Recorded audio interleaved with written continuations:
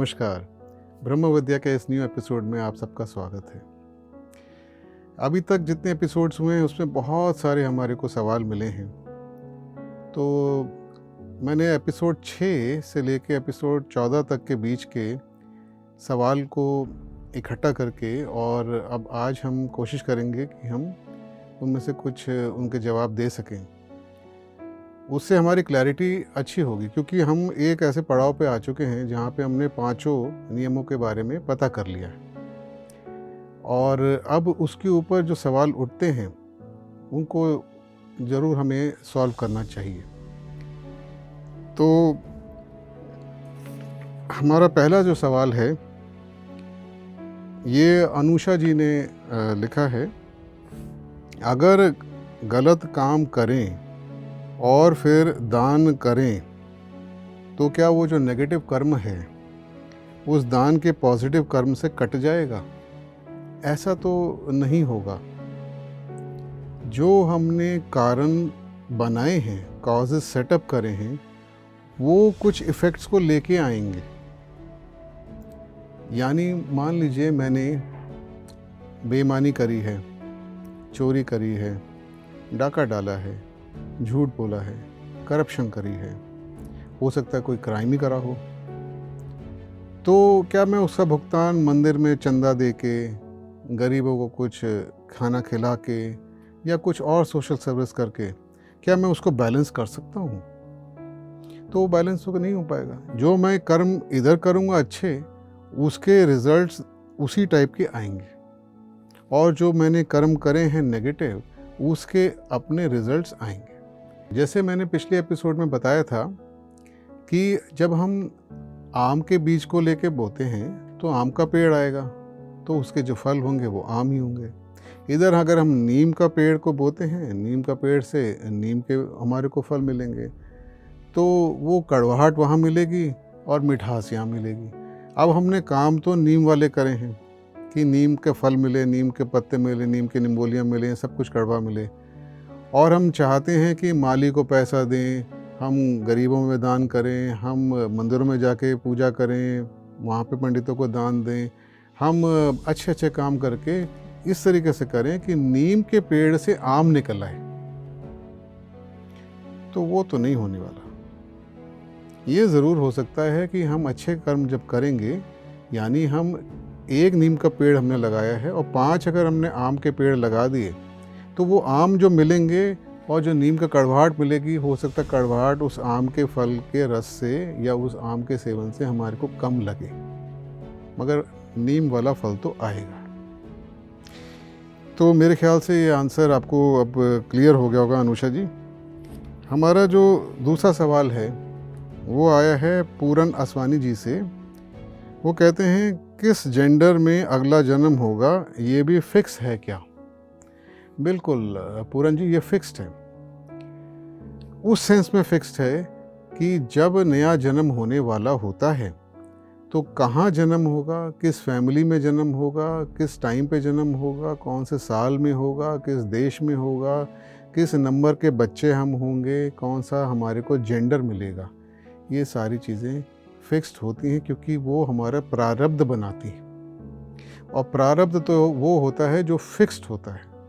प्रारब्ध तो हमारे को जो जेंडर होता है वो बहुत बड़ा एक कारक होता है, एक बहुत बड़ा फैक्टर होता है प्रारब्ध को डिटरमिन करने के लिए।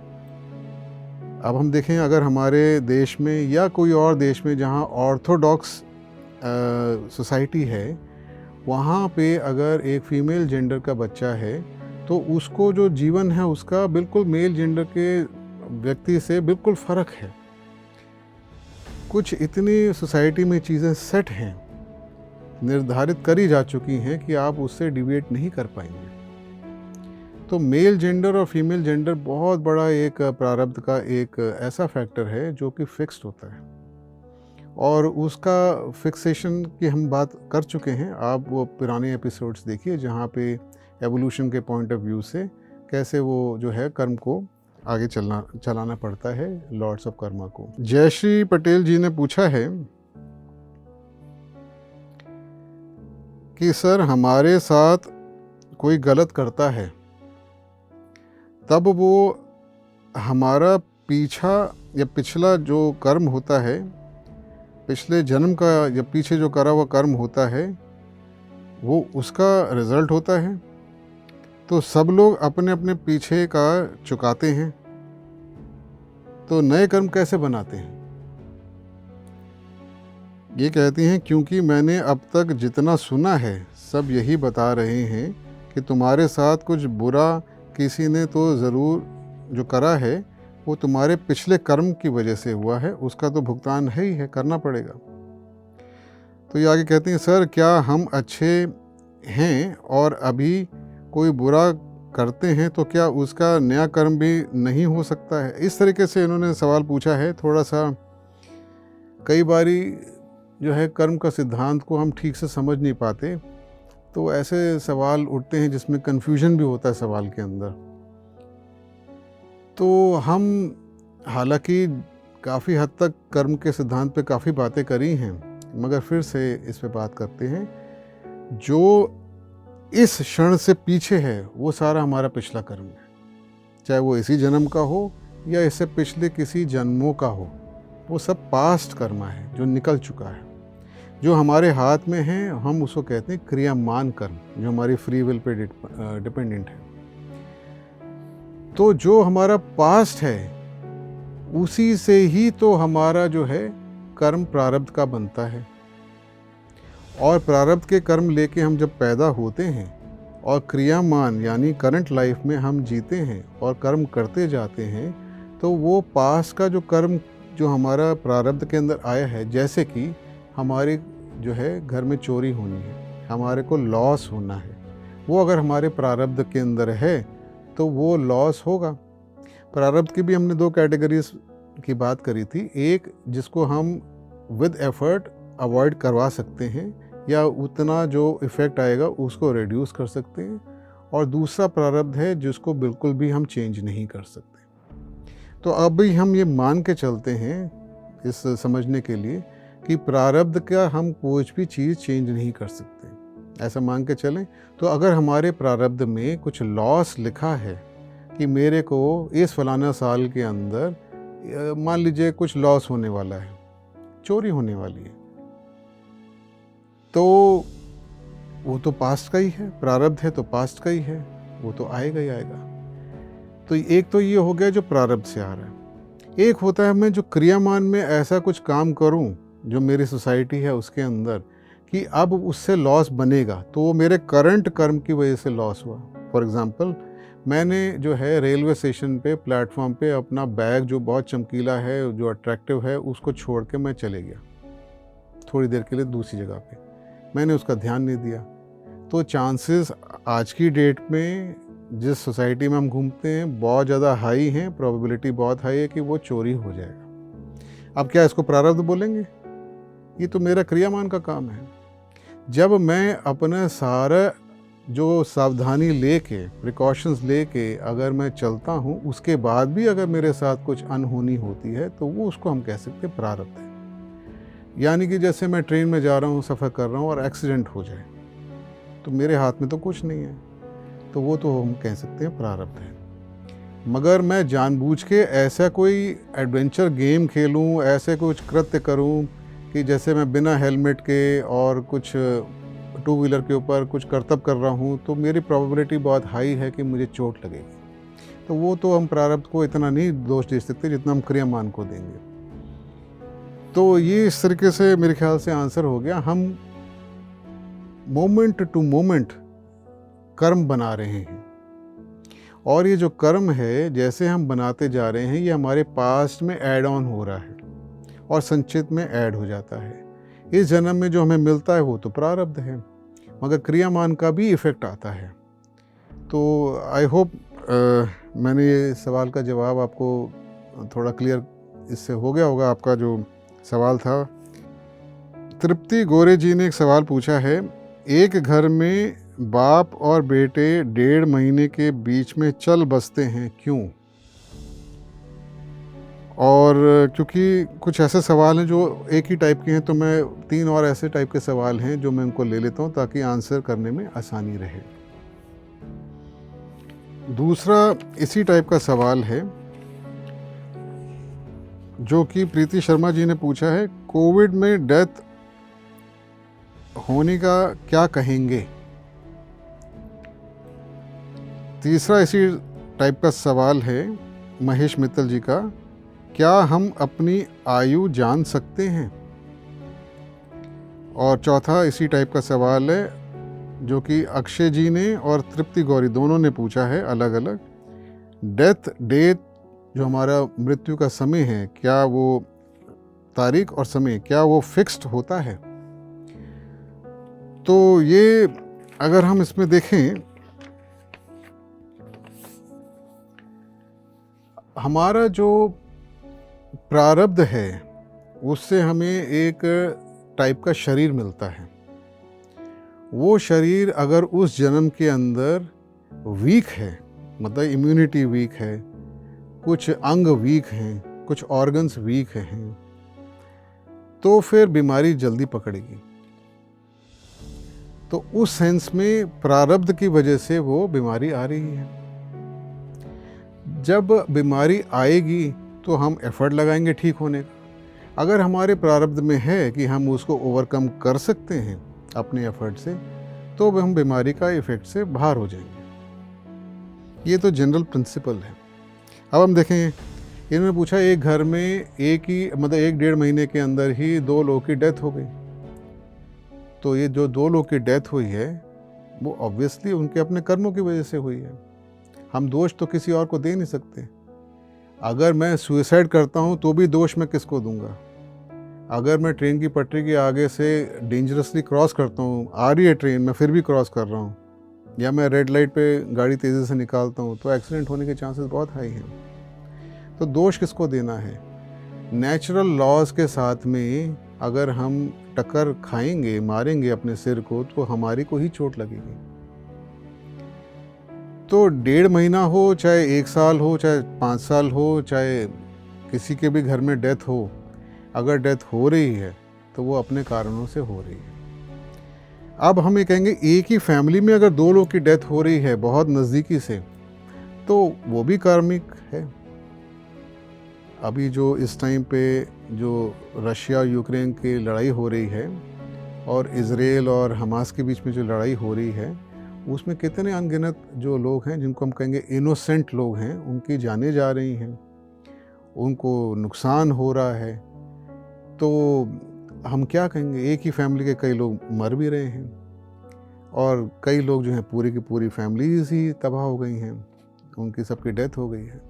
ये वैसे ही है जैसे कोई एक्सीडेंट में एक फैमिली जा रही है ट्रेन में या प्लेन के एक्सीडेंट में, तो हो सकता है कोई सर्वाइव कर जाए, हो सकता है कि सारे के सारे उनकी डेथ हो जाए।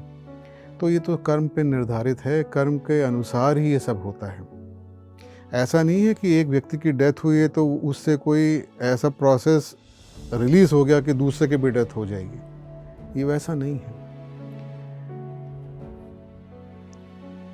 फिर हम इससे रिलेटेड जो दूसरा सवाल था कि कोविड में भी डेथ होने के क्या कहेंगे, सेम बात है। कोविड भी एक बीमारी है।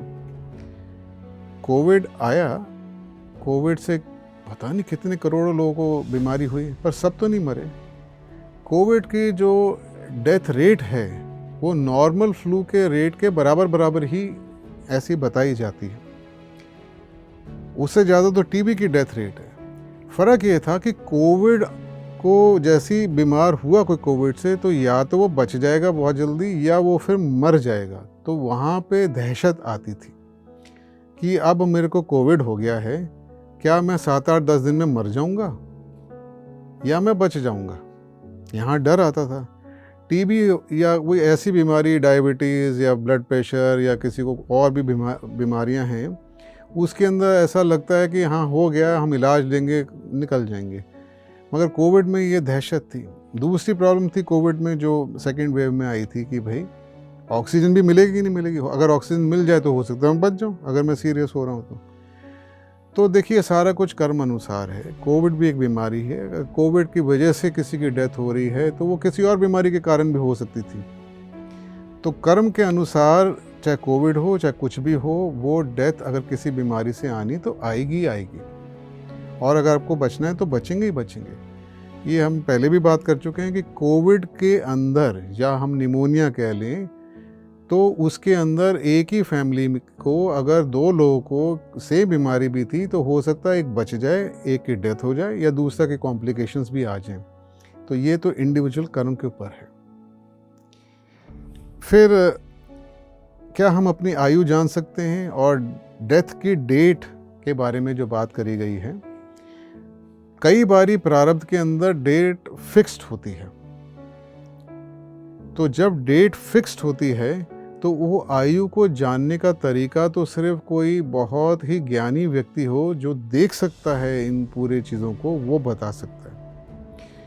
आम तौर पे जो है डेथ, जो थियोसॉफी में जो रिसर्च हुई है, जो लोग ये सब जान सकते थे, जिनके हम कहेंगे कि उनके दिव्य चक्षु खुले हुए थे, वो देख सकते थे, वो भीतर जाके ये सब जो नॉलेज दी है उन्होंने अपनी फर्स्ट हैंड एक्सपीरियंस से दी है।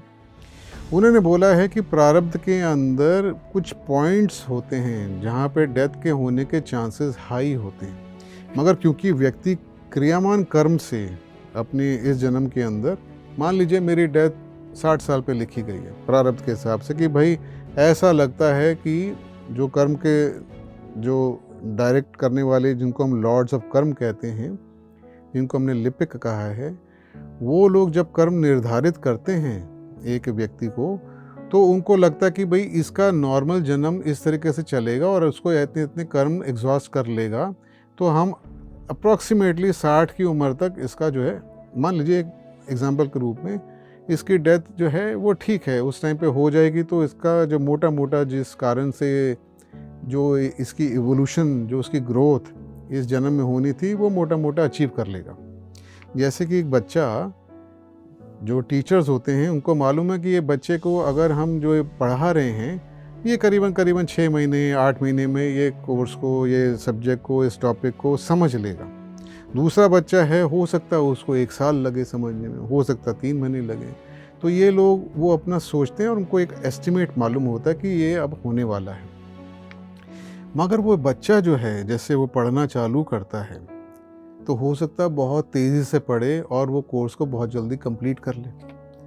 दूसरा बच्चा है जो कैपेसिटी तो है कि 6 महीने में कर ले, मगर उसके इंटरेस्ट इधर उधर हो जाएं और वो ध्यान ना दे पढ़ाई पे, तो हो सकता है वो 6 महीने में वो चीज़ को ना करके 8 महीने 9 महीने में कंप्लीट करे।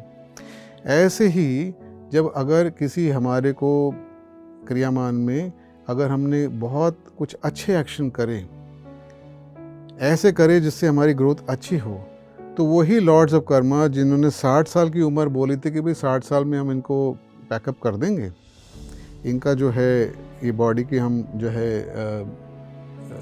कर देंगे कि भाई डेथ हो जाए इनकी, उनको लगता नहीं ये अभी 60 साल पे अगर ये और आगे व्यक्ति जिएगा तो ये और अपनी ग्रोथ करवा सकता है, इवॉल्व कर सकता है, तो इसको अभी जीने दो। तो वो एडजस्ट कर लेते हैं उस प्रारब्ध वाले पार्ट को।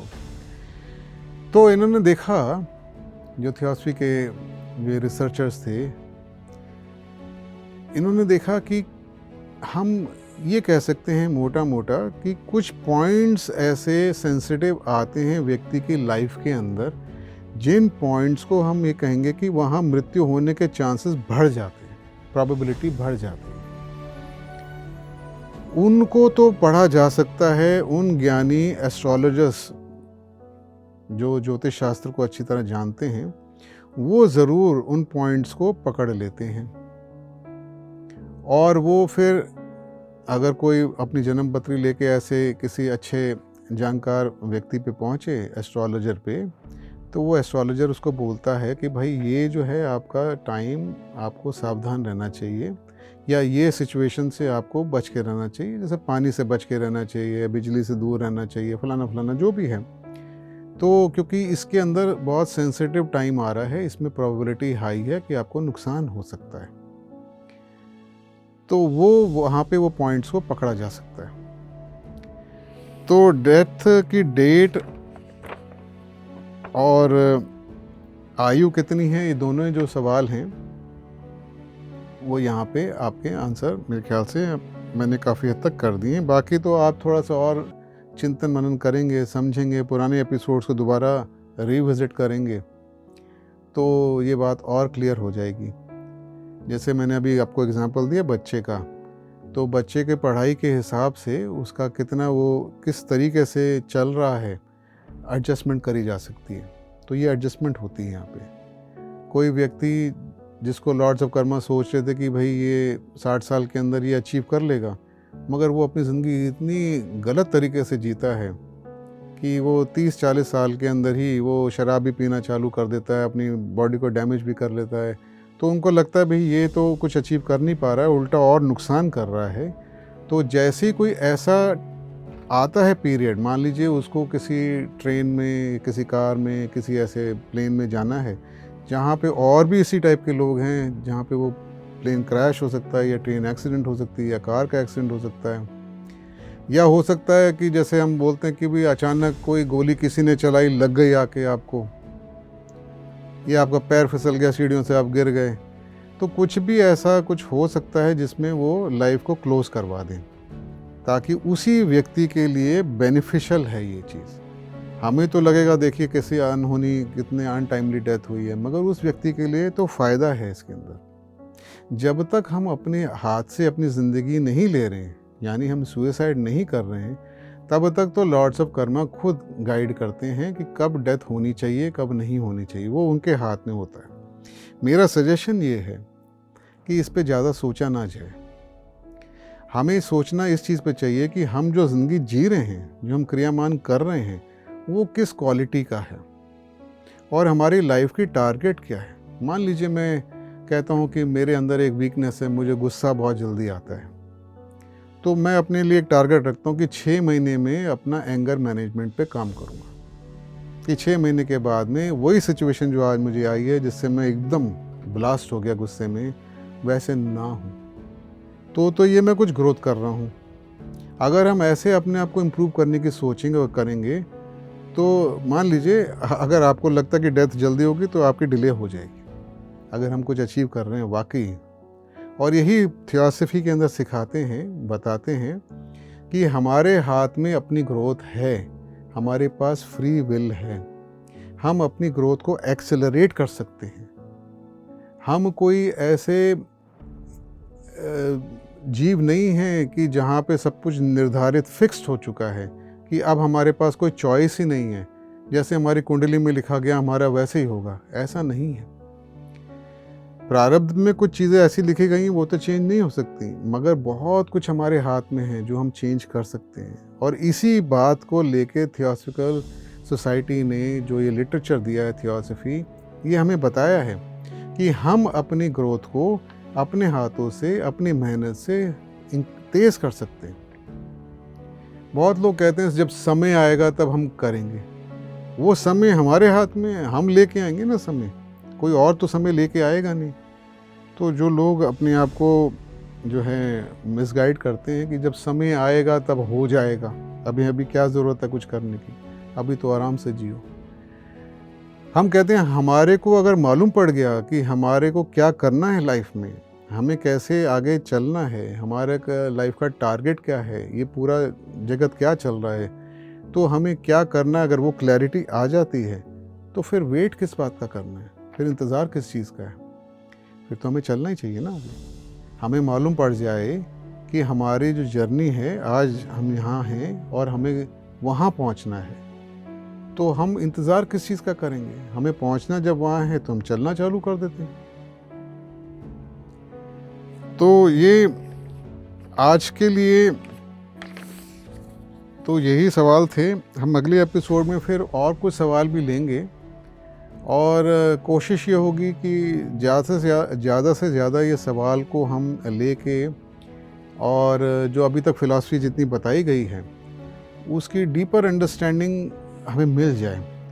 ये सवाल होने नॉर्मल हैं और ये जवाब से, जो क्वेश्चन आंसर होते हैं, उनसे बहुत सारी चीज़ें जो हैं हमारे को क्लियर हो जाती हैं। कई बारी जो है, क्योंकि टॉपिक इतना बड़ा है, जब हम बात करते हैं तो कई चीज़ें निकल जाती हैं और कई लोगों को क्लैरिटी चाहिए होती है। तो ये बहुत अच्छी बात है जो लोगों ने सवाल करे हैं। उनको ऐसा नहीं लगना चाहिए कि भाई ये सवाल हमने क्यों पूछे, तो ऐसा नहीं पूछना चाहिए था। ऐसा कुछ नहीं है। आप पूछिए सवाल, क्लैरिटी जो है ये लानी ज़रूरी है, और इसी के लिए प्रोग्राम बना रहे हैं हम लोग ये। तो आज का एपिसोड हम यहीं अंत करते हैं। अगली बारी फिर मिलेंगे आपसे ब्रह्म विद्या के नए एपिसोड में। तब तक के लिए नमस्कार।